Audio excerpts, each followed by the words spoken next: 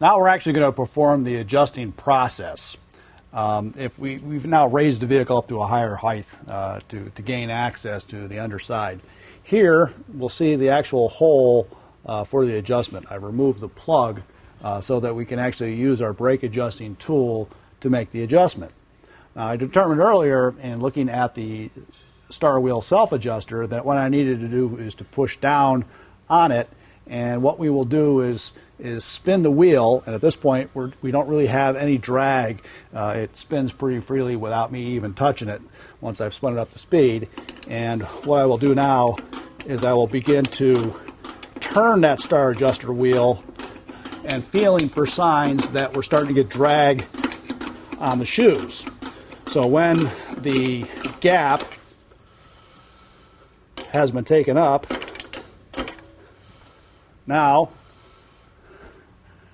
it's properly adjusted. And there's a little bit of drag, but not too much.